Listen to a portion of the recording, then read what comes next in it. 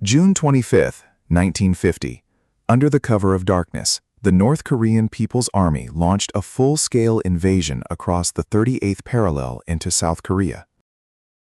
Their objective: unify the Korean peninsula by force. Outnumbered and outgunned, the Republic of Korea Army, or ROK, crumbled quickly before the Soviet-equipped northern forces. The United Nations Security Council swiftly condemned the invasion. President Truman committed U.S. forces, beginning a desperate struggle to save South Korea. Initial American forces, like Task Force Smith, were ill-prepared and quickly overwhelmed. They were pushed back relentlessly, suffering heavy casualties.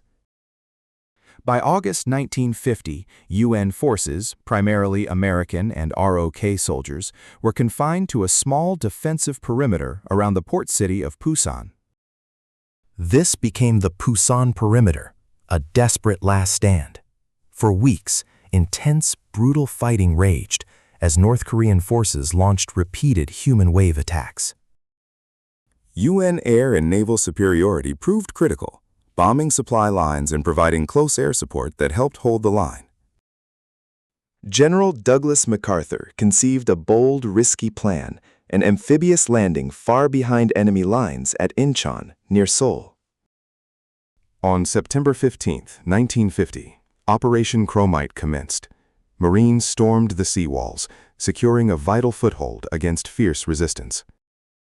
The Inchon landing was a stunning success. North Korean supply lines were severed, and their forces defending the Busan perimeter were suddenly trapped. UN forces broke out of the Busan perimeter, driving north.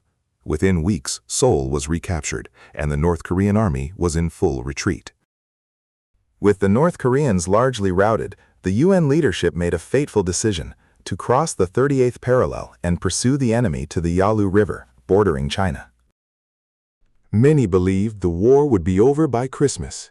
UN troops pushed deep into North Korea, encountering increasingly bitter cold and rugged terrain. As UN forces neared the Yalu, warnings from China became increasingly strident. Beijing declared it would not tolerate a UN presence on its border. In late October and November 1950, the first massive Chinese forces, the People's Volunteer Army, secretly crossed the Yalu. They attacked in overwhelming numbers. The intervention caught UN forces completely by surprise.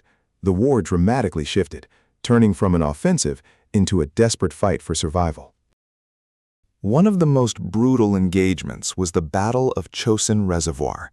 U.S. Marines and Army units faced relentless attacks in sub-zero temperatures. Amidst incredible hardship, they fought their way out of encirclement, executing one of the most remarkable retreats in military history. The Chinese offensive pushed UN forces back across the 38th parallel, recapturing Seoul by January 1951. The capital changed hands 4 times during the war. General Matthew Ridgway replaced MacArthur in April 1951, stabilizing the front. He launched counteroffensives that pushed Chinese and North Korean forces back. By mid-1951, the front lines had largely solidified close to the 38th parallel. The conflict entered a new, grim phase of static warfare. This was a war of attrition, fought over strategic hills and ridgelines. Soldiers endured relentless artillery barrages and trench raids.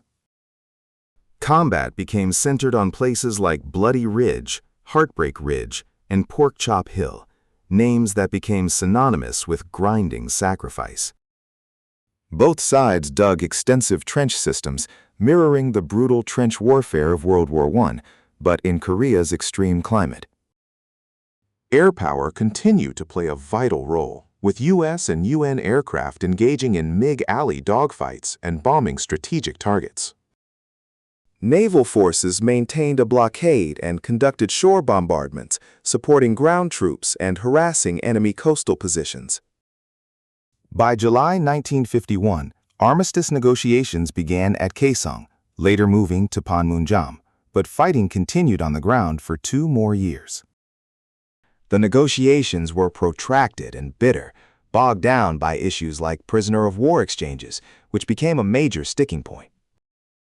Meanwhile, soldiers continued to die in small, bloody skirmishes over hills with little strategic value, their sacrifices often overshadowed by the stalled talks. The physical and psychological toll on the soldiers was immense, fighting in an unforgiving landscape against a determined enemy, often with no clear end in sight. Finally, after more than 2 years of on-again, off-again talks, an armistice agreement was signed on July 27, 1953. The agreement established a demilitarized zone, a new border roughly along the 38th parallel, and a ceasefire, but not a formal peace treaty. The Korean War had cost millions of lives, both military and civilian. It was a conflict born of Cold War tensions, brutal and unrelenting. It remains a forgotten war for many, yet its legacy profoundly shaped the geopolitical landscape, leaving a divided Korea.